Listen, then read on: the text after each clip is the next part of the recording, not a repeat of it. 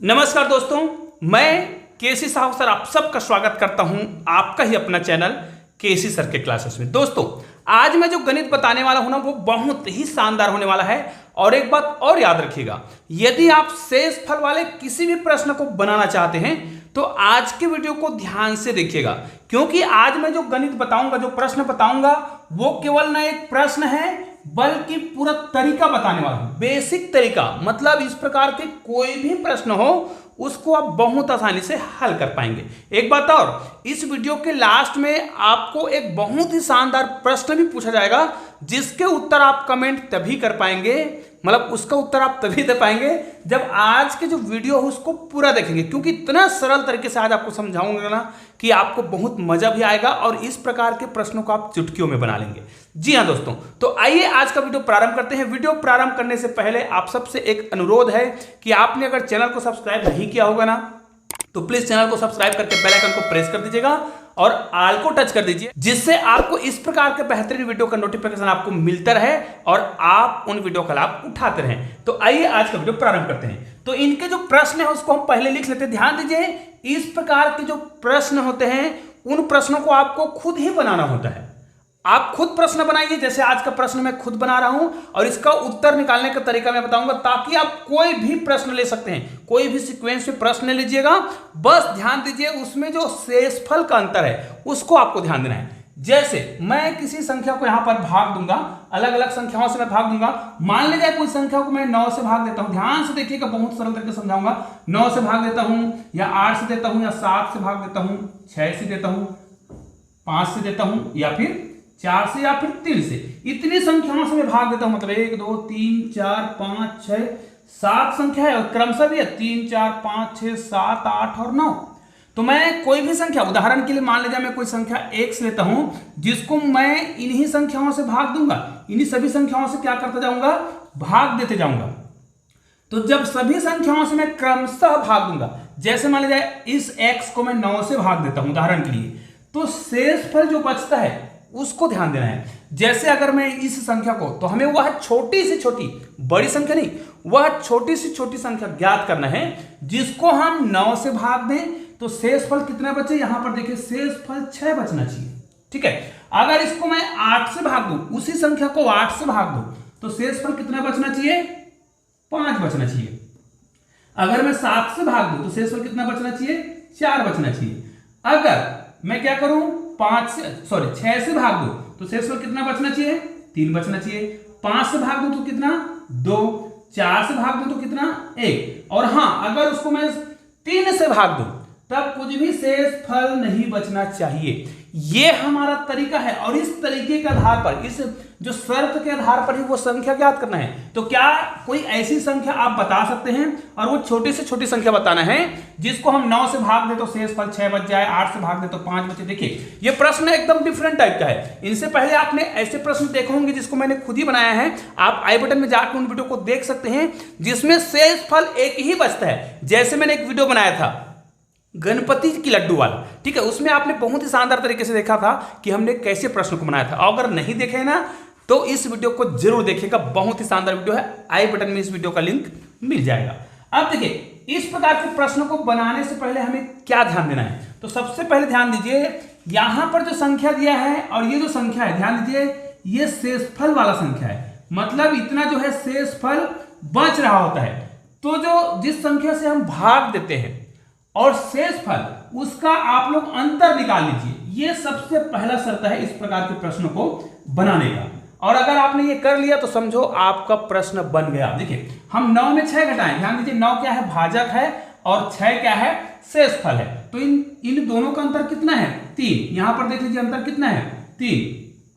यहां पर अंतर कितना है, 3। यहां पर भी अंतर कितना है, 3। यहां पर अंतर कितना है, 3। यहां पर भी कितना अंतर है, 3। यहां पर भी अंतर आप देख रहे हैं तो 3 ही है। मतलब आपका जो प्रश्न है वो इन्हीं शर्तों पर लागू होता है। अब देखिए इस प्रकार के कोई भी जो प्रश्न होते हैं उसको हम कैसे ज्ञात करते हैं। देखिए हमें वो संख्या निकालना है x, और मैंने बोल रखा है कि ये छोटी से छोटी संख्या आपको निकालना है। ठीक है, तो क्या वो संख्या हम बहुत आसानी से बता सकते हैं, बिल्कुल। तो देखिए यहां पर मैं क्या करता हूं, जो मुझे संख्या दिया गया है, क्योंकि संख्या हमें यहां से ज्ञात करना है ना, संख्या यहीं से हमें ज्ञात करना है, और ये तो शेषफल है। और दोनों का अंतर कितना है, 3 है। देखिए पूरा अंतर जो है 3 है। तो हमें इन्हीं संख्याओं से उस गणित को बनाना है। तो इसके लिए हमें करना क्या है, इन सभी संख्याओं का हमें लघुत्तम समापवर्तक निकालना है ना, जिसको हम बोलते हैं लोएस्ट कॉमन फैक्टर। ठीक है, तो हम एलसीएम कैसे निकालते हैं, एलसीएम निकालने का भी इतना शानदार तरीका आपको मैं बताने वाला हूं ना, आप देखोगे तो बड़ा मजा आएगा। देखिए जैसे मैं इससे लिखता हूं, देखिए यहां पर क्या लिखेंगे, जैसे मैंने लिख लिया 3, फिर उसके बाद लिखा 4। मैं एलसीएम डायरेक्ट निकाल रहा हूं भाई, और एक बेहतरीन तरीका आपको मिलने वाला है एलसीएम निकालने का। मैंने 3 लिखा, फिर 4 लिखा, फिर यहां पर मैंने लिख दिया 5, उसके बाद देखिए मुझे 6। तो मैं सभी का एलसीएम निकाल रहा हूं, मतलब अगर मैं 3 और 4 का गुना करूं तो जो संख्या प्राप्त होगा ना वो दोनों का एलसीएम होगा, है ना, 3 चौक 12। फिर इन तीनों का गुना करूं, है ना, 3 चौक 12, 12 पंचे 60, तो 60 जो है पुनः इन तीनों संख्याओं का एलसीएम होगा। ठीक है, तो आपको इसी प्रकार सभी संख्याओं का एलसीएम निकालना है भाई। तो मैंने 3 का और 4 का निकाल लिया, 5 का निकाल लिया, अब 6 का फिर से निकालना है, मतलब 3, 4, 5 और 6 का एलसीएम निकालना है। तो भाई यहां पर देखिए ये जो संख्या था, तीनों का जो गुना था वो 6 का भी एलसीएम होगा, लेकिन जानेंगे कैसे, ध्यान दीजिए। इनमें आपको क्या करना है, पीछे जाना है, और पीछे में कोई ऐसी संख्या है का जिनको हम गुना करें तो 6 मिल जाए। तो देखो 4 को हम 2 गुना 2 लिख सकते थे, देखिए 2 गुना 2, तो इनमें से 2 गुना 2 में 3 दूनी 6 होता है। मतलब यहां पर आपको अलग से और 6 लिखने की आवश्यकता नहीं है, अगर वो संख्या पहले आया हो किसी भी रूप में, जैसे 3 दूनी 6, तो यहां पर हम 6 नहीं लिखेंगे, लेकिन हमें 7 लिखना पड़ेगा। उसके बाद देखिए यहां पर मुझे 8 का भी तो एलसीएम निकालना है ना, तो 8 का एलसीएम निकालने के लिए हमें क्या करना पड़ेगा, ध्यान दीजिएगा। यहां पर 8 लाने के लिए देखिए यहां पर 4 पहले से आया है, और 4 को मैं किससे गुना कर दूं कि यहां पर 8 आ जाए, तो इसको यदि मैं क्या करूं 2 से गुना कर दूं, 4 दूनी 8, मतलब यहां पर 8 ना लिख करके आपको क्या करना है, 2 ही लिखना है, क्योंकि 4 और 2 कितना, 4 को 2 से गुना करेंगे 4 दूनी 8 होता है। मतलब इन सभी संख्याओं को गुना करेंगे ना तो वो निश्चित रूप से 3 से लेके 8 तक की संख्याओं का एलसीएम होगा। आगे देखते हैं 9, तो अब 9 भी उस संख्या में शामिल कर दें। तो इसमें देखिए अगर मुझे 9 लाना है तो यहां से लेके यहां तक कोई संख्या देखिए जिसको हम 9 बना सकें, तो निश्चित रूप से यहां पर 3 आया है, और 3 को मैं किससे गुना कर दूं कि 9 हो जाए, तो ये हो जाएगा 3 तिया 9, मतलब यहां पर मुझे केवल 3 को गुना करना है। अब इन सभी संख्याओं को गुना करेंगे ना तो ये जो है 3 से लेके 9 तक की संख्याओं का एलसीएम होता है 100%।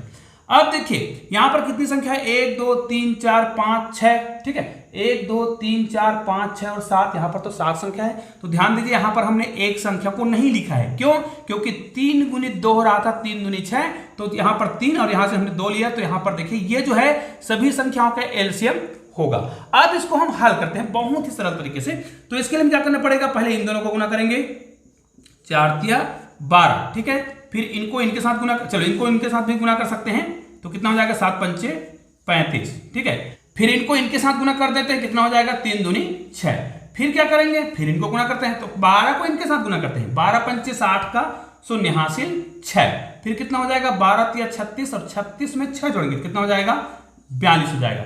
फिर इसको गुना करना पड़ेगा किससे, 6 से करते हैं, 6 शून्य में 0 होगा, और यहां पर देखिए 6 को गुना करेंगे 2 से, 6 दूनी 12 का 2 हासिल 1, फिर यहां पर 6 को गुना करेंगे 4 से, 6 चौक 24 और हासिल 1 करके कितना हो गया 25। मतलब ये 2520 जो दिख रहा है वो इन सभी संख्याओं का, मतलब 3 से लेकर 9 तक की संख्याओं का लघुत्तम समापवर्तक है।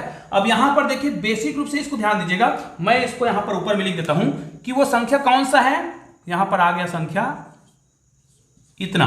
ध्यान दीजिए हमें जो है ये संख्या ज्ञात नहीं करना है, हमें तो कहा गया है 9 से भाग दें तो 6 शेषफल बचना चाहिए, 8 से भाग दें तो 5 शेषफल बचना चाहिए, उसी प्रकार 7 से भाग दें तो 4 शेषफल बचना चाहिए। लेकिन ये तो वो संख्या है जिसको यदि हम क्या करें 9 से भाग दें तो शेष बचता ही नहीं है, ये पूरा का पूरा भाग चला जाएगा। 8 से भाग देंगे तब भी पूरा पूरा भाग जाएगा, 3 से भाग देंगे तब भी ये पूरा का पूरा भाग चला जाएगा।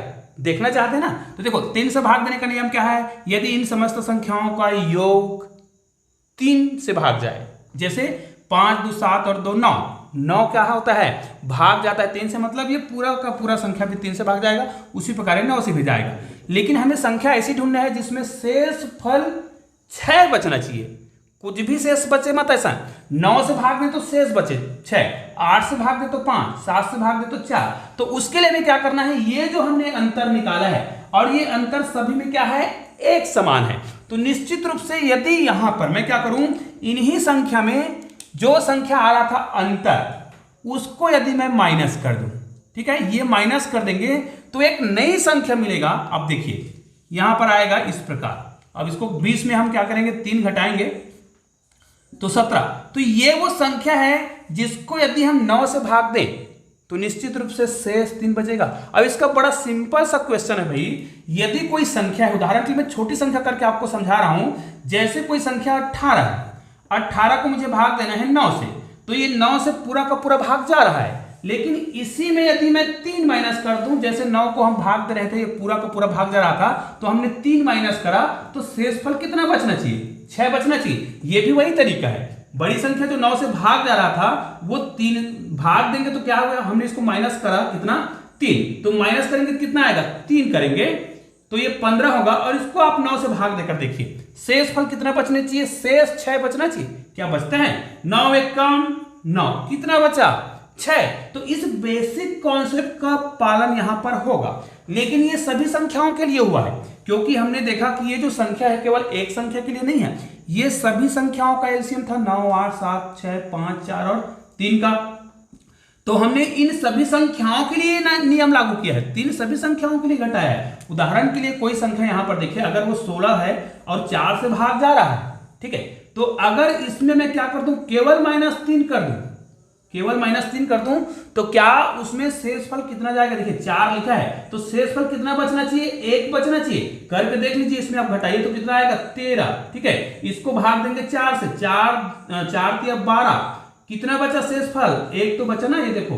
तो इसी कॉन्सेप्ट का पालन यहां पर हो रहा है, तो मुझे उम्मीद है कि आपको पूरा कॉन्सेप्ट समझ आ गया होगा। अब इसको आइए मैं आपको एक प्रूफ करके बता भी देता हूं। उदाहरण के लिए इन्हीं संख्याओं को मैं भाग देके देखता हूं 9 से, तो शेषफल 6 बचना चाहिए, करके देखते हैं 9 से। उसी प्रकार आप सभी संख्या से कर लीजिएगा।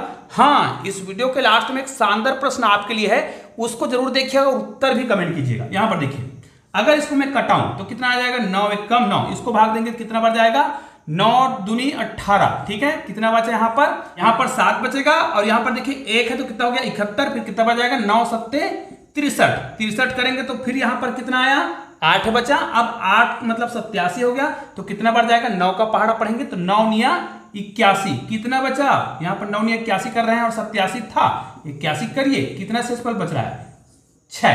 तो ये देखिए आपका 6 शेषफल बच गया।